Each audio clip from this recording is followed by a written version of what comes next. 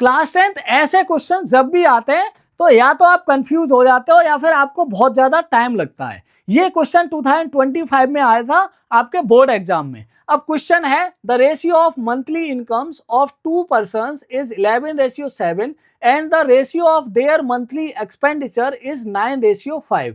If each of them saves 400 per month find their monthly incomes. ठीक है, यहाँ पे इनकम दे रखी है और एक्सपेंडिचर दे रखा है और उनकी सेविंग्स दे रखी है। अब पूछा गया है कि उनकी मंथली इनकम कितनी होगी वो बताइए। ठीक है, उन दोनों की मंथली इनकम और एक्सपेंडिचर का रेशियो यहाँ पे गिवन है। तो सबसे पहले आप ऐसे क्वेश्चंस में क्या करोगे, दो पर्सन की बात हो रही है तो एक को ए मान लेंगे, दूसरे को बी मान लेंगे।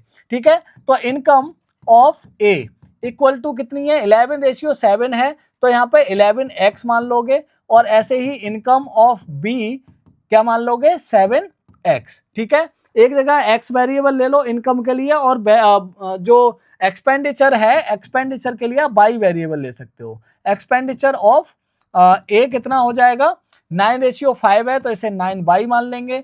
ऐसे ही एक्सपेंडिचर ऑफ b कितना हो जाएगा, वो आपका 5y हो जाएगा। ठीक है, अब आपको इतना पता होगा कि अगर किसी की इनकम से उसके एक्सपेंडिचर को माइनस कर दिया जाए तो आप उसकी सेविंग्स को निकाल सकते हो। तो वही फॉर्मूला यहाँ पे अप्लाई करना है। तो यहाँ पे इसकी एक ही इनकम है 11x और एक का खर्चा जो है एक्सपेंडिचर जो है वो 9y है, तो 11x minus 9y equal to कितना आ जाएगा, ₹400। क्योंकि दोनों की जो सेविंग्स हैं, if each of them saves 400 per month, दोनों की सेविंग 400 है तो यहाँ पे 400 आ जाएगा। ऐसे ही हम बी के लिए लिख लेंगे तो यहाँ से आ जाएगा 7x minus 5y equal to ₹400।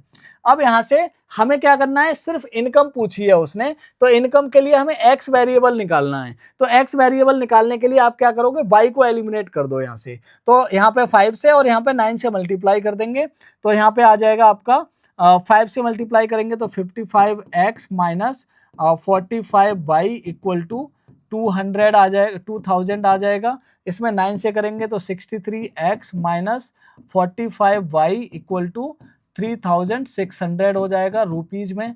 इसको सॉल्व करेंगे, प्लस माइनस ये आपस में कट जाएंगे, यहाँ से आ जाएगा आपका 8x इक्वल टू यहाँ से आ जाएगा 1600। ठीक है, रुपीज। इससे यह माइनस का आएगा, माइनस से माइनस कैंसिल हो जाएगा, x की वैल्यू आ जाएगी 200। अब यहाँ पे मल्टीप्लाई कर देंगे तो ये हो जाएगा आपका 11 2 2200 और ये 11 2 7 14। ठीक है, इस तरीके से ये आंसर आ जाएगा आपका।